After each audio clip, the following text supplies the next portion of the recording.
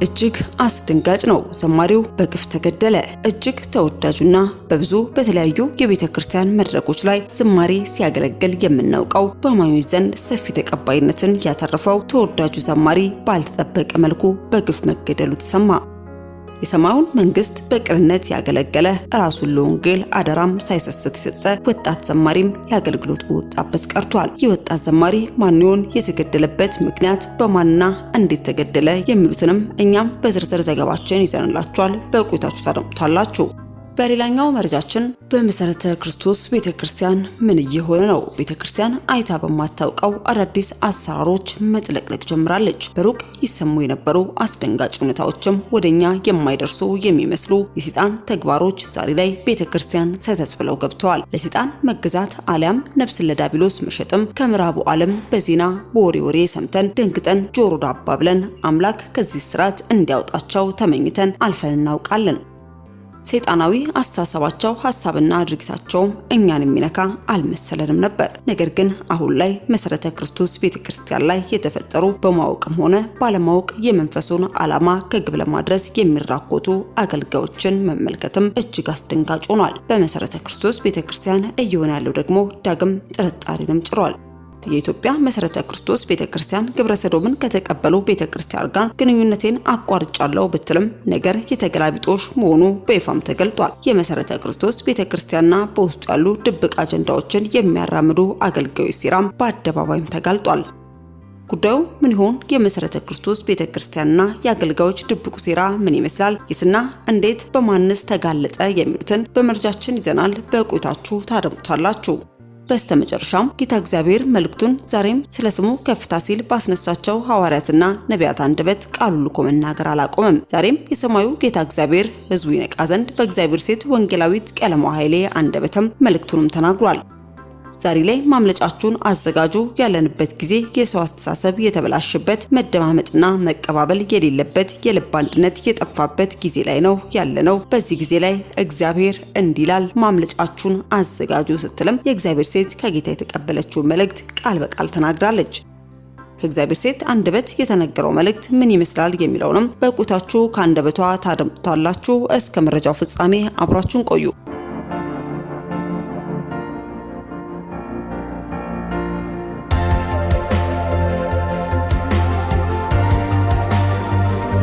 አስቀድመን ወደ ያዝንላችሁ መረጃችን ስናልፍ የሰው ልጅ ማስተዋል የቀማ ደግሞም የሰውን ሕይወት ሚና የነጠቀ ወደፊትም ለፈጠረው የሰው ልጅ መጥፋትም የሚሆነው ጥፋት ከዕለት ወደ ዕለት ጉልበቱ እያየለ ተደራሽነቱ እየፈጠነ ዓለምን ጠቅልሎ በአንድ መስመር ለማስጓዝም እንደ ሸማኔ መወርወሪያ እየፈጠነ ይገኛል። ከትንሽ እስከ ትልቅ ከደሃ ሀገራት እስከ ዓለምን ያንቀጠቀጡ አህጉራትም ሲስተማቸውን ለማስፋት ሌት ተቀን ታትረው እየሰሩ ይገኛሉ። ይህ ጉዳይ በዓለማውያን ዘንድ ስልጣኔ የሚል ስያሜ ቢይዝም እንደ መንፈሳዊ ግን የዘመን ፍጻሜ ምልክት መሆኑን በመረዳት ጌታ ሆይ የባሰውን ሳታሳየን ቶሎና የሚል ልመናንም እንድናሰማ አድርጎናል። አሁን ላይ የምናያቸው የምንሰማቸውና በዙሪያችን እየሆኑ ያሉ ነገሮች በሙሉ ሀገራችን አልፎ ተርፎም ቤተክርስቲያን ውስጥ ይፈጸሙ ዘንድ ታቅደውና ሆነ ተብለው እየተተገበሩ ያሉ ሁኔታዎችን ግልጠውና ቁልጭ አድርገው የሚያሳዩ ቢሆኑም እኛ ግን ዛሬም አይተን እንዳላየ ሰምተንም እንዳልሰማ በመሆን ማለፋችንን ቀጥለናል። ከመንፈሳዊ አስተምሮትም ሆነ ከሰውኛ ሐሳብ ጋር በፍጹም የተቃረኑና ለአይምሮ የሚከብዱ ለሰሚ የሚቀፉ በርካታ ነገሮች በሀገራችን ውስጥ መፈጸም ከጀመሩ ዓመታትን ቢያስቆጥሩም ከሰሞንኛ ከመሰረተ ክርስቶስ ቤተክርስቲያን የተሰማው ተግባር ግን እጅግ ልብን የሚያረድ ሆኗል። በዓለማችን እንዳሸን እየሰፋና መብቴ ነው የሚል ምላሽ እየተሰጠበት ያለው የግብረ ሰዶም የትራንስጀንደር እንቅስቃሴን ተከትሎ በርካታ ቤተክርስቲያን ስማቸው በተነሳበት ጉዳይ ላይም የአቋም መግለጫቸውን እየሰጡ አድምጠናል። በዚህ ጉዳይ ላይም ለበርካታ ዘመናት ወንጌልን ለትውልድ ያደረሰችውና የወንጌል አደራዋን እየተወጣች ያለችው የመሰረተ ክርስቶስ ቤተክርስቲያንም ከግብረ ሰዶም ጋር ህብረት አድርጋለች በሚል ስሟ በተነሳበት ወቅት ላይ ግብረ ሰዶምን ከተቀበሉ የአሜሪካን ቤተክርስቲያን ይሁን ተቋማት ጋርም ምንም አይነት ግንኙነት እንደሌላት የሚገልጽ መግለጫ መስጠቷም ይታወሳል።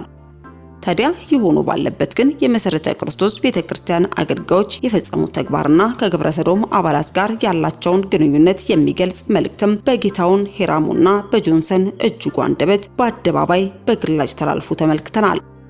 እኚህ ሁለት ግለሰቦችም በመሰረተ ክርስቶስ ቤተክርስቲያን አገልጋዮች ዘንድ በድብቅ የተፈጸሙ ተግባራትና ከግብረ ሰዶም ከሌዝቢያን ጋር የተደረገን የአንድነት ህብረትን ተከትሎም ስጋታቸውን እንዲህ አድርሰዋል። መልእክቱ ቀጥታ እንደወረደም ሰሞኑን የኢትዮጵያ መሰረተ ክርስቶስ ቤተክርስቲያን ፕሬዝዳንት መጋቢ ደሳለኝ አበበና የቤተክርስቲያን ሴሚናሪ ፕሪንሲፕል መጋቢ ጌሹ ጀቢቻም ወደ አሜሪካ ያደረጉትን ጉብኝት ቤተክርስቲያኒቱ ግብረ ሰዶማዊነትን ከተቀበለችው የአሜሪካን ሜኖናይት ቤተክርስቲያን ጋር የነበራትን ግንኙነት በተመለከተም ጆንሰን እጅጉ በተደጋጋሚ እየጻፈም ይገኛል።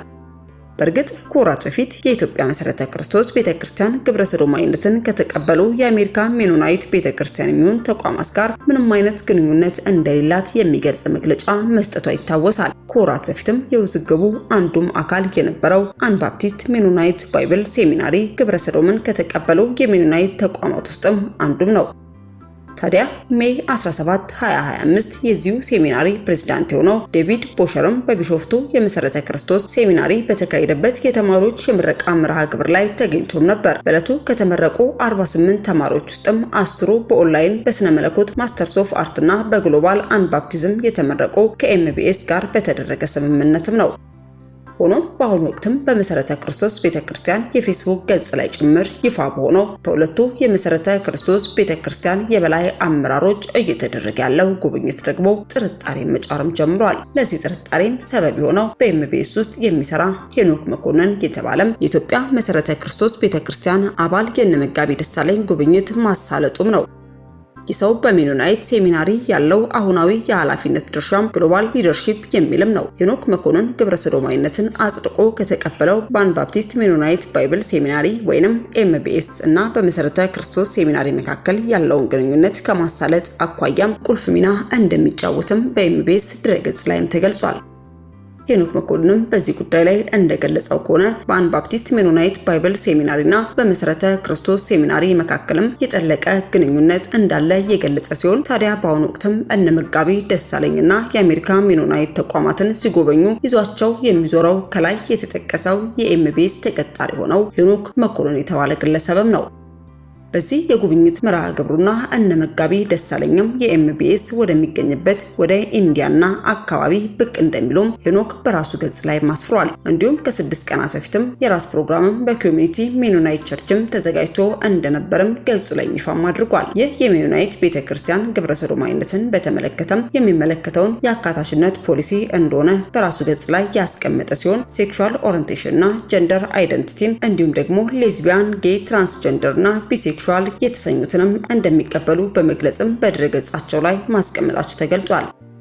እንግዲህ መጋቢ ደሳለኝና አበበና መጋቢ ጌሹ ጀቢቻ የራት ግብዣ የተደረገበት የኮሚኒቲ ሜኖናይት ቤተክርስቲያንም ግብረ ሰዶማዊነትን ከላይ በተገለጹት ልክም የሚደግፉም ናቸው። በኔ እምነትም የኢትዮጵያ መሰረተ ክርስቶስ ቤተክርስቲያንም ግብረ ሰዶማዊነትን ከተቀበሉ የሜኖናይት ቤተክርስቲያንና ተቋማት ጋርም ግንኙነቴን አቋርጫለሁ ካለች ማቋረጡ ገቢራዊ ማድረግ ያለባትም ከሄኖክ መኮንን መጀመር ነው። ከላይ እንደተመለከትነው የሄኖክ መኮንን ዋና ስራው ግብረ ሰዶማዊነትን በአካታች በያዘው በኤምቢኤስ እና በኢትዮጵያ መሰረተ ክርስቶስ መካከል ያለው ግንኙነት እንዲጠናከር ቁልፍ ሚና መጫወትም ነው። ከቀጣሪው ድርጅት የተልዕኮ ይዞ ከሚንቀሳቀሰው ግለሰብ ጋርም የመሰረተ ክርስቶስ ፕሬዝዳንት የሆኑት መጋቢ ደሳለኝ አበበ የሚኖራቸው ግንኙነትስ ምን አይነት ሊሆን እንደሚችል መገንዘብ ለተመልካች በእጅጉ ፈታኝ ነው። ሄኖክ መኮንን የኤምቢኤስ ሰራተኛ እስከሆነ ድረስ ግብረ ሰዶማዊነትን ጨምሮ የሴሚናሪው እሴቶችን፣ ፖሊሲዎችን አክብሮ የሚኖር ሰው ነው። ለምሳሌ ያክል ሄኖክ በኤምቢኤስ እስካለ ድረስ ግብረ ሰዶማዊነት ኃጢአት ነው ብሎ ትንፍሽ ቢል በሴሚናሪው ሴክሹዋል ሚስኮንዳክት ፖሊሲ መሰረትም ከስራው ይባረራል። ስለዚህ በአሁኑ ወቅትም በኢትዮጵያ መሰረተ ክርስቶስ ቤተክርስቲያን አመራሮች በኩል እየሆነ ያለው ጉዳይም ግራ አጋቢ እየሆነ በመምጣቱ ተገቢው ማብራሪያ መስጠት ያለበት ነው በማለትም መልእክታቸውን እንዲህ ባለ መልኩ ያሰፈሩ ሲሆን ከዚህ ጉዳይ ጋር ተያይዞ እንግዲህ ቤተክርስቲያን ለተነሳባት ተቃውሞና ትችትም የምትሰጠው ምላሽ ካለም ተከታትለን ወደ እናንተ የምናደርስ ይሆናል። አስከትለን ወደ ያዝነላችሁ መረጃችን ስናልፍ እጅግ ልብ ሰባሪና አሳዛኝ ዜና ተሰምቷል። ተወዳጁ የኦሮምኛ ዘማሪ በግፍም ተገደለ። በዕለተ እሁድ ከምሽቱ 1 ሰዓት እስከ 2 ሰዓት ባለው ጊዜ ላይ ከቤተክርስቲያን አገልግሎቱን ጨርሶ ወደ መኖሪያ ቤቱ ከጓደኛው ጋር እየሄደ ባለበትም በጥይት ተተኩሶበት እንደተገደለም ተገልጿል። ይህ ዘማሪ የአንድ ሚስት ባልና ገና ክፉን ከደጉ ለይታ ያላወቀች ለማየት የምታሳሳ የ6 ወር ሕፃን አባትም ነበር። ነገር ግን ምክንያቱ ይህ ነው ተብሎ ባልታወቀ መልኩ ለሞትም ተዳርጓል። ታዲያ በሰዓቱ አብሮ የነበረ የቅርብ ጓደኛውም በድንጋይ የተደበደበ ሲሆን ጉዳት ማስተናገዱም እንዲሁ ተገልጿል። ይህ ወጣት ዘማሪ በቡራዩ ልዩ ስሙ ገፈርሳ ተብሎ በሚጠራው አካባቢ የተገደለ ሲሆን የግድያውን ምክንያት እስካሁን ድረስ እውነታው እንዳልወጣም ተገልጿል። በኦሮምኛ ዝማሬ በአብዛኛው የወንጌል አማኞች ዘንድ የሚታወቀው ወጣት ዘማሪ ኢዩኤልም ወደ አገለገለው ጌታ መሰብሰቡን ተሰምቷል። እኛም ለወዳጅ ዘመዶቹ ለቤተ ክርስቲያንና ለቅርብ ጓደኞቹ ሁሉ በሚዲያችን ስም መጽናናትን እየተመኘን ከሚመለከተው አካል የሚሰጡ ምላሾች ካሉም ተከታትለን የምናደርሳችሁ መሆኑን መግለጽ ወደድን። በስተመጨረሻ ወደ ያዝንላችሁ መረጃችን ስናልፍ ጌታ እግዚአብሔር መልእክቱን ዛሬም ስለ ስሙ ከፍታ ሲል ባስነሳቸው ነቢያትና ሐዋርያት አንደበት መናገሩን አላቆመም። ዛሬም የሰማዩ ጌታ እግዚአብሔር ሕዝቡ ይነቃ ዘንድ በእግዚአብሔር ሴት ወንጌላዊት ቀለሟ ኃይሌ አንደበትም መልእክቱን እንዲህ ተናግሯል። ዛሬ ላይ ማምለጫችሁን አዘጋጁ። ያላችሁበት ጊዜ የሰው አስተሳሰብ የተበላሸበት፣ መደማመጥና መቀባበል የሌለበት፣ የልብ አንድነት የጠፋበት ጊዜ ላይ ነው። በዚህ ጊዜ ላይ እግዚአብሔር እንዲላል ማምለጫችሁን አዘጋጁ ይላል ስትል የእግዚአብሔር ሴት ከጌታ የተቀበለችው መልእክትም ቃል በቃል ተናግራለች። ከእግዚአብሔር ሴት የተነገረው መልእክት ምን ይመስላል የሚለውንም ከአንደበቷ እንድታደምጡት ጋበዝን። ቀኖቹ ክፎች ስለሆኑ ዘመኑን ዋጁ። መዋጀት ማለት መግዛት፣ መቆጣጠር፣ በማንኛውም አጋጣሚ ተጠቀሙ ነው። ያንዳንዳችን የምንኖርበት ዘመን፣ የምንኖርበት ዓመት፣ የምንኖርበት ወር፣ የምንኖርበት ቀናትን እንዴት አድርገን መኖር እንዳለብን፣ ማገልገል እንዳለብን በዛሬው ቀን እንማራለን። ዘመኑን ዋጁት ሲል ክፉን ዘመን ነው። ሉቃስ ምዕራፍ 17 ላይ ከቁጥር 26 እስከ 30 ድረስ ያለውን በጌታ ስም አነባለሁ። በኖህ ዘመን እንደሆነው በሰው ልጅ ዘመንም ደግሞ እንዲሁ ይሆናል። ኖህ ወደ መርከብ እስከገባበት ቀን ድረስ ይበሉና ይጠጡ፣ ያገቡና ይጋቡ ነበር። የጥፋት ውሃ መጣ፣ ሁሉንም አጠፋ። እንዲሁ በሎጥ ዘመን እንደሆነ ይበሉ ይጠጡም፣ ይገዙም፣ ይሸጡም፣ ይተክሉም፣ ቤትም ይሰሩ ነበር። ሎጥ ከሰዶም በወጣበት ቀን ግን ከሰማይ እሳትና ዲን ዘነበ፣ ሁሉንም አጠፋ። የሰው ልጅ በሚመጣበት ዘመን እንዲሁ ይሆናል ይላል። በሎጥና በኖህ ዘመን እንዴት ነበረ የሰዎቹ አኗኗርና ሕይወት ብንል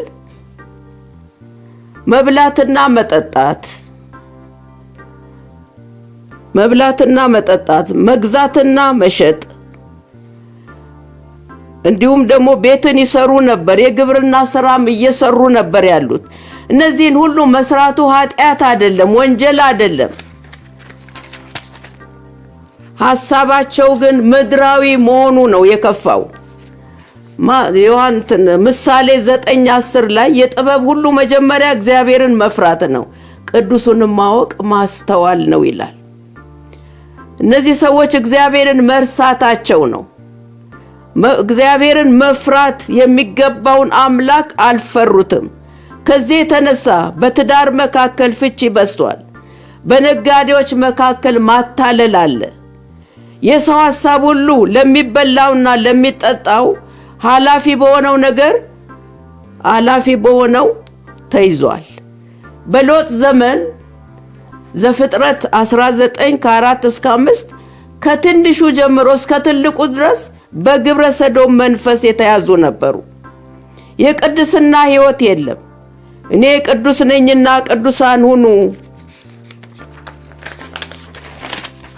ያለውን መንገድ ሁሉ ተበላሽቷል። ምድር ሁሉ ለሰው ልጆች ኃጢአት ተረክሳለች።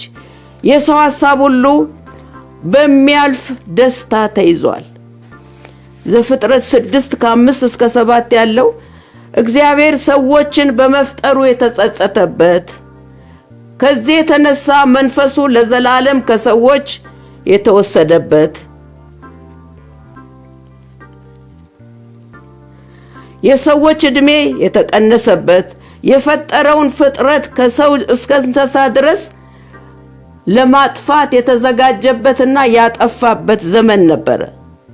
ይህ ዘመን የምህረት ዘመን ባይሆን ኖሮ በሎጥና በኖህ ዘመን እንደነበረ ሁሉ ዘመናችን እንደዛ ነው። እኛንም ሊያጠፋን ይችል ነበር።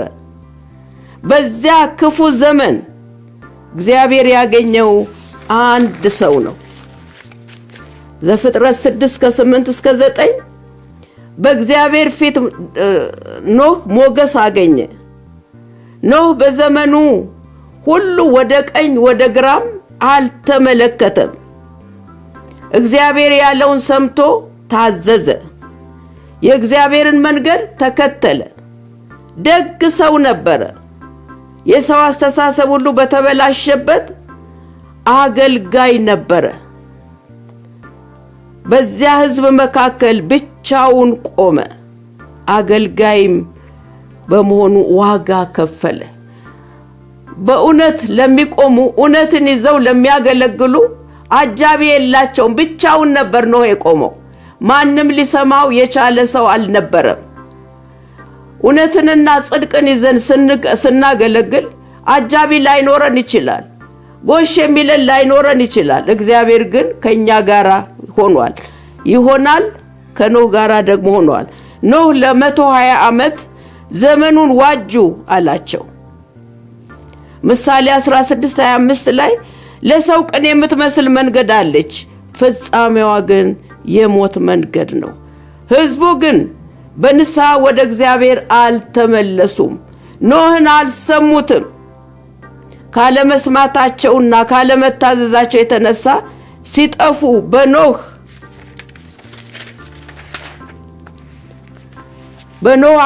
አማካይነት ወደ መርከቡ የገቡት ሊድኑ ችለዋል። እኛም ያለንበት ዘመን እንደ ኖህና እንደ ሎጥ ዘመን ያለ። ይህ ዘመን የምህረት ዘመን ባይሆን ኖሮ እኛም ልንጠፋ እንችል ነበር። ክፉ ስለሆነው ገዝቶ አሸንፎ ለመኖር ከዘመኑ ክፋት ለማምለጥ ወደ ጌታ መምጣት ነው። ወደ መርከቡ ገብተው ያመለጡ ሰዎች እኛም ደግሞ ማምለጫችን ዛሬ መርከብ ሳይሆን ጌታ ኢየሱስ ክርስቶስ ነው። ገላትያ 1:4 ላይ ክፉ ከሆነ ከአሁኑ ዓለም ያድነን ዘንድ እንደ አምላካችንና እንደ አባታችን ፈቃድ ስለ ኃጢአታችን ራሱን ሰጠ። ወደ ኖህ መርከብ የገቡት እንደዳኑ እንዲሁም ለኛ መዳኛ መንገዳችን ስለ በደላችንና ስለ ኃጢአታችን በመስቀል ላይ የሞተውን የተነሳውን እርሱን ስናምን ብቻ ነው። ያለበለዚያ የሚጠብቀን ለኛም የዘላለም ሞትና የዘላለም ፍርድ ነው። ያለንበት ዘመን ምን ይመስላል? የሰው አስተሳሰብ የተበላሸበት፣ መደማመጥና መቀባበል የሌለበት፣ የልብ አንድነት የጠፋበት፣ አንዱ ሌላውን እየገፋ ያለበት፣ ከወንድሜ ይልቅ እኔ እሻላለሁ የምንልበት ዘመን ላይ ነን። በተለያየ መንገድ ቃሉን እንሰማለን። ዕብራውያን 3:15 ላይ ዛሬ ድምጹን ብትሰሙ በማስመረር እንደሆነ ልባችሁን እልከኛ አታድርጉ። ኢዮብ 33:14 ላይ እግዚአብሔር በአንድ መንገድ በሌላም ይናገራል፣ ሰው ግን አያስተውልም። ሁለተኛው ሐሳብ ስለ ሐዋርያው ጳውሎስ ነው። ሐዋርያው ጳውሎስ ለጢሞቴዎስ በእግዚአብሔር ቤት የምታገለግል ጢሞቴዎስ ሆይ ዘመኑን ዋጅ፣ ዘመኑን ግዛ፣ ዘመኑ ምን አይነት እንደሆነ መርምር ይላል። ዘመኑ ምን አይነት ነበረ? ሁለተኛ ጢሞቴዎስ 3:1-5 ዘመኑ ራስን መውደድ። ማንም ሰው ራሱን ሊጠላ አይችልም። ነገር ግን ባልንጀራችንን እንደራሳችን ያለ መውደዳችን ነው። ለኛ ሊደረግ የሚገባውን ለወንድሞቻችን ያለ ማድረጋችን ነው። ገንዘብን መውደድ ነበረ። ገንዘብ አይጠላም። ገንዘብ ከሌለ ምንም ነገር ማድረግ አንችልም። ገንዘብ ግን ማቴዎስ 6:24 ላይ ለሁለት ጌቶች መገዛት የሚቻለው ማንም የለም ይላል። ወይም አንዱን ይጠላል ሁለተኛውንም ይወዳል፣ ወይም ወደ አንዱ ይጠጋል ሁለተኛውንም ይንቃል። ለእግዚአብሔርና ለገንዘብ መገዛት አትችሉም። ገንዘብ የሚያገለግለን እንኳን ቢሆንም እንደ አምላክ ልናደርገው አንችልም። ለሁለት ጌቶች ልትገዙ አትችሉም። ለእግዚአብሔርና ለገንዘብ መገዛት አንችልም። ገንዘብ ከእግዚአብሔር ጋር እየተወዳደረ ያለበት ዘመን ነው። አንደኛ ጢሞቴዎስ 6:6 እስከ 10 ድረስ ኑሮዬ ይበቃኛል ለሚለው ግን እግዚአብሔርን መምሰል እጅግ ማትረፊያ ነው። ወደ ዓለም ምንም እንኳን አላመጣንምና አንዳችም ልንወስድ አይቻለንም። ምግብና ልብስ ከኖረን ግን እርሱ ይበቃናል። ዳሩ ግን ባለጠጎች ሊሆኑ የሚፈልጉ በጥፋትና በመፍረስ ሰዎችንም በሚያሰጥምና በሚያሰንፍ በሚጎዳም በብዙ ምኞትና በፈተና በወጥመድም ይወድቃሉ። ቁጥር 10 ላይ ገንዘብን መውደድ የክፋት ሁሉ ስር ነው ይላል። ወደዚህ ዓለም ስንመጣ ምንም ይዘን የመጣነው ነገር የለም። ወደዛም ስንሄድ ደግሞ ይዘነው የምንሄደው ምንም ነገር የለንም። ባለቤቴ አንድ የሚወዳት ሰዓት ነበረች። ወደ ጌታ በሚሄድበት ሰዓት እሷን እንኳን ይዞ አልሄደም። ስለዚህ ዛሬ እንደዚህ የምንገዳደልበት ገንዘብ እዚሁ ጥለነው ነው የምንሄደው። ስለዚህ ኑሮዬ ይበቃኛል ማለት እጅግ ማትረፊያ ነው ይላልና ወገኖቼ ባለን ነገር እግዚአብሔርን እናክብር። ባለን ነገር እግዚአብሔርን እናመስግን። ገንዘብን ጣዖት አናድርገው። ሌላው ከሃይማኖት ተሳስተው በብዙ ጥፋት ራሳቸውን ወጉ ይላል። ለምን?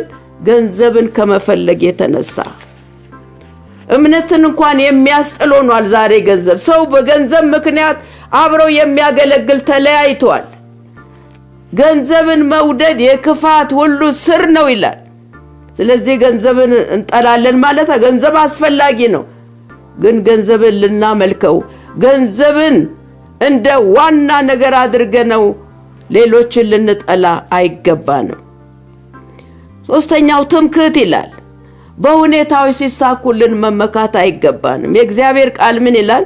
ኤርምያስ 9:23 እስከ 24 ድረስ ጠቢብ በጥበቡ አይመካ፣ ኃያልም በኃይሉ አይመካ፣ ባለጠጋም በብልጥግናው አይመካ። ነገር ግን የሚመካ ምሕረትንና ፍርድን ጽድቅንም በምድር ላይ የማደርግ እኔ እግዚአብሔር መሆኔን በማወቁና በማስተዋሉ ይመካ። ደስ የሚያሰኙኝ እነዚህ ናቸውና ይላል። ዛሬ የምንመካበት ነገር ምን አለን ወገኖቼ? ልንመካ የሚገባን በጌታ ብቻ ነው። ሁሉ ባለው አምላክ ብቻ ነው ልንመካ የሚገባን። ስለዚህ ትዕቢተኞች ይላል። ትዕቢተኞች ሁኔታዎች ለጊዜው ሲሳኩልን ማመስገን ሲገባን መኩራራት የለብንም። ሁሉን አውቃለሁ በማለት ሌሎችን በመናቅ ከሌላው መስማትና ምክር ያለ መፈለግ፣ እንደዚህ ካሉት ተጠበቅ፣ ዘመኑን ዋጅ ይላል። ተሳዳቢዎች፣ ለወላጆቻቸው የማይታዘዙ፣ ቅድስና የሌላቸው፣ እኔ ቅዱስ ነኝና ቅዱሳን ሁኑ የተባለው የእግዚአብሔር ቃል የተዘነጋበት ዘመን ነው። ፍቅር የሌላቸው ይላል። የክርስቲያን መታወቂያው ፍቅር ነው። ዮሐንስ 13:34 እስከ 35 እርስ በርሳችሁ ትዋደዱ ዘንድ እንደወደድኳችሁ እናንተ ደግሞ እርስ በርሳችሁ ትዋደዱ ዘንድ አዲስ ትእዛዝ እሰጣችኋለሁ። እርስ በርሳችሁ ፍቅር ቢኖራችሁ ደቀ መዛሙርቴ እንደሆናችሁ ሰዎች ሁሉ በዚህ ያውቃሉ። ዛሬ መታወቂያችን የት ነው ያለው? ከማምኑ ሰዎች የተሻልን አልሆንም። ፍቅር ነበር መታወቂያችን። ዛሬ ግን ያ ፍቅር የለንም። እንመርምር የት እንደወደቅን። እርቅን የማይሰሙ ይላል ኤፌሶን 4:26-27 ተቆጡ፣ ኃጢአትንም አታድርጉ፣ በቁጣችሁ ላይ ፀሐይ አይግባ፣ ለዲያብሎስ ፈንታ አትስጡት ይላል። ዛሬ የተጣሉ ሰዎችን ለማስታረቅ በጣም ከባድ ነው። አንድ ወገኖች ተጣሉና በስልክ ብዙ ጊዜ ደውዬ ሁለቱንም ወገኖች ለማስታረቅ ሞከርኩ፣ የእግዚአብሔርን ቃል እየጠቀስኩ። እንደገና ደግሞ ያልሆን ሲለኝ በአካል አጠገባቸው ተገኝቼ በብዙ መንገድ መከርኳቸው። የእግዚአብሔር ቤተሰቦች ናቸው፣ እግዚአብሔርን የሚያመልኩ ናቸው፣ እግዚአብሔርን የሚያገለግሉ ናቸው። ነገር ግን ሁለቱም ወገን መታረቅ አልፈለጉም። ዛሬ እንደዚህ አይነት ዘመን ላይ ነው ያለነው። ወገኖቼ እንመለስ። እግዚአብሔር ይሄንን ይጠላል። እንድንዋደድ፣ እንድንፋቀር፣ በአንድ ልብ ሆነን እግዚአብሔርን እንድናገለግል እንጂ እንድንለያይ አይደለም፣ እንድንጠላላ አይደለም፣ እንድንኮራረፍ አይደለም። ስፍራ መለየት ይቻላል። ካልተስማማን ወደ ሌላ ወይንም ቤተክርስቲያን ከፍቶ ማገልገል። ካልተስማማን የትም ብንሄድ እኮ እግዚአብሔር ነው ያለው። ከእግዚአብሔር መደበቅ አንችልም ወገኖቼ። ብንመለስ ይሻላል። አኩርፋችሁ ቤተክርስቲያን የቀየራችሁ ወገኖች ተመለሱ። የሚሻለው መመለስና አንድ ሆኖ የእግዚአብሔርን ሥራ መስራት ነው የሚሻለን። ሐሜተኞች ይላል ዘኍልቍ 12:1 ላይ አሮንና ማርያም ሙሴን ሲያሙት እግዚአብሔር ሰማ ይላል። የታማው ሙሴ ነው፣ የሚያሙት ደግሞ አሮንና ማርያም ናቸው። ሙሴ አልሰማም፣ የሰማው ግን እግዚአብሔር ነው። እግዚአብሔር እንደተቆጣ በዚህ ቃል ላይ እናያለን። ስለዚህ ሰዎችን ስናማ ሰዎች ላይሰሙን ይችላሉ፣ እግዚአብሔር ግን ይሰማል። ለተናገርነው ነገር ደግሞ እግዚአብሔር ፍርድን ያመጣብናል። ስለዚህ ማንንም ማማት ሳይሆን ችግር ቢኖር በግልጽ ሄደን ማናገር ነው የሚሻለው። ራሳቸውን የማይገዙ ጨካኞች፣ መልካም የሆነውን የማይወዱ ከዳተኞች፣ ችኩሎች፣ በትዕቢት የተነፉ ከእግዚአብሔር ይልቅ ተድላን የሚወዱ ይሆናሉ ይላል። እውነተኛ አምልኮ ያላቸው ይመስላሉ፣ ኃይሉን ግን ክደዋል። አንተ ግን ከእንደነዚህ አይነቱ ራቅ ይለዋል ሐዋርያው ጳውሎስ ጢሞቴዎስን። ልንዘምር እንችላለን፣ ልንሰብክ እንችላለን፣ የቤተ ክርስቲያን መሪ ልንሆን እንችላለን። ነገር ግን እግዚአብሔር ይህንን አይፈልገው፣ ይህንን አይወደውም። እውነተኛ አምልኮ አይደለም ይሄ። እውነተኛ አምልኮ እግዚአብሔርን በእውነትና በጽድቅ ስንፈራውና ስናገለግለው ነው። ስለዚህ መዘመር ይቻላል፣ መስበክ ይቻላል፣ መሪ መሆን ይቻላል። ነገር ግን እንደ ቃሉ ሆነን ካልተገኘን የእግዚአብሔር መገኘት የለም። ሰው ሊሰሙን ይችላሉ፣ ያ ግን ፍሬ ሊኖረው አይችልም። ፍሬ ሊኖረው የሚችለው እግዚአብሔርን ስንፈራ እንደ እግዚአብሔር ቃል ሆነን ስናገለግል ነው። ከዚህ ክፉ ዘመን ተጠበቅ ይለዋል ሐዋርያው ጳውሎስ ጢሞቴዎስን። በዚህ ክፉና የመጨረሻው ዘመን በየዕለቱ እንዴት እንመላለስ? እንዴት ነው መመላለስ ያለብን? ኤፌሶን 5 እንግዲህ እንደ ጥበበኞች እንጂ ጥበብ እንደሌላቸው ሳይሆን እንዴት እንድትመላለሱ በጥንቃቄ ተጠበቁ። ቀኖቹ ክፉዎች ናቸውና ዘመኑን ዋጁ። ስለዚህ የጌታ ፈቃድ ምን እንደሆነ አስተውሉ እንጂ ሞኞች አትሁኑ። መንፈስ ይሙላባችሁ እንጂ በወይን ጠጅ አትስከሩ፣ ይህ ማባከን ነውና ይላል። ስለዚህ እንዴት ሆነን ነው በዚህ በመጨረሻው ዘመን በዚህ በክፉ ዘመን መመላለስ ያለብን? እንደ ጥበበኞች እንጂ ጥበብ እንደሌላቸው ሳይሆን በጥንቃቄ በማስተዋል ልንመላለስ ይገባናል። ዘመኑ ክፉ ስለሆነ በማንኛውም አጋጣሚ በቃልና በኑሮ በመልካም መልካምን በማድረግ የጌታ ፈቃድ አስተውሉ እንጂ ሞኞች አትሁኑ ይላል። ፈቃዱን ለማወቅ መጸለይ በመንፈስ ቅዱስ ኃይል ካልሆነ በቀር በራሳችን ኃይል ምንም ማድረግ ስለማንችል መንፈሱን መፈለግና መጸለይ አለብን። እርስ በርስ በፍቅር መቀራረብ፣ ስንገናኝ መሸነጋገል ሳይሆን ትተን እውነትን በፍቅር እንነጋገር። ጌታን በልባችን መለወጥ፣ በመቀኘት በዝማሬ ማገልገል፣ ሁል ጊዜ በጌታችን በኢየሱስ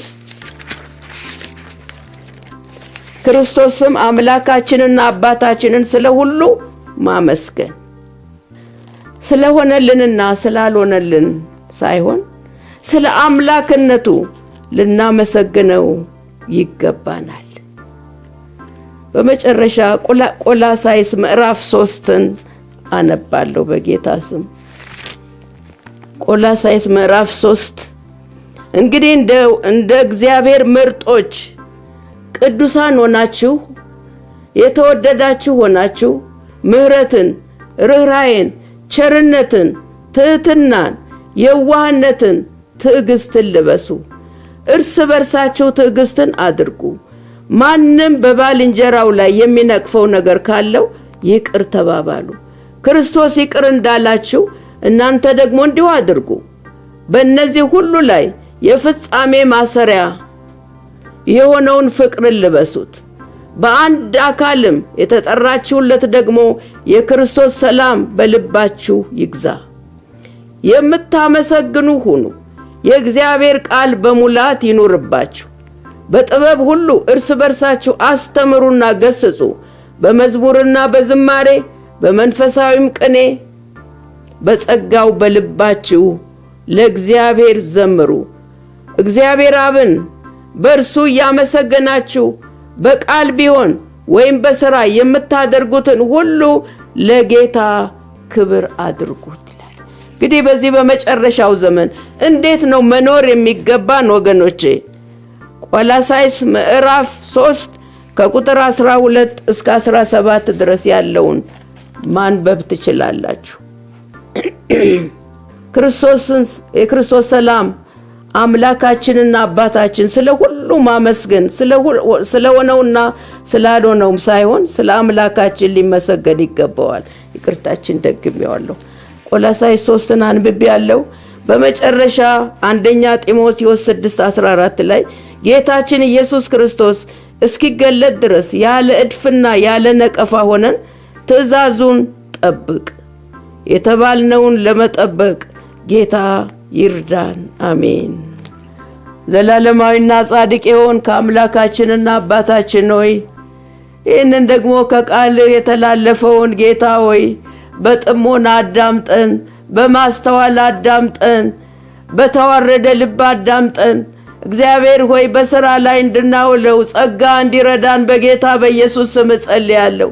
በዚህ በመጨረሻው ዘመን ነገሮች ሁሉ ባለቁበት ዘመን ጌታ ሊመጣ በደጅ ባለበት ዘመን በጥንቃቄ እግዚአብሔር ሆይ ቃልን እየሰማን እንደ ቃል እየኖርን እንደ ቃል እያገለገልን አቤቱ ጌታ ምጽአትን እንድንጠብቅ ጸጋ እንዲረዳን አቅም እንድትሆነን ጉልበት እንድትሆነን ኃይል እንድትሆነን እግዚአብሔር ሆይ ካለንበት ድካማችን እንድታወጣን ጌታ ሆይ አቤቱ እንድትረዳን ዛሬ ድምፁን ስንሰማ ልባችንን እልከኛ እንዳናደርግ ወደ ጌታ ተመልሰን የጌታን ፈቃድ አድርገን ጌታ ያለንን ኑሮ እየኖርን እግዚአብሔር ሆይ ሙሽራችንን ለመጠበቅ አቅም እንድትሆነን ኃይል እንድትሆነን ጸጋን እንድታበዛልን በጌታ በኢየሱስ ስም ጸልያለሁ።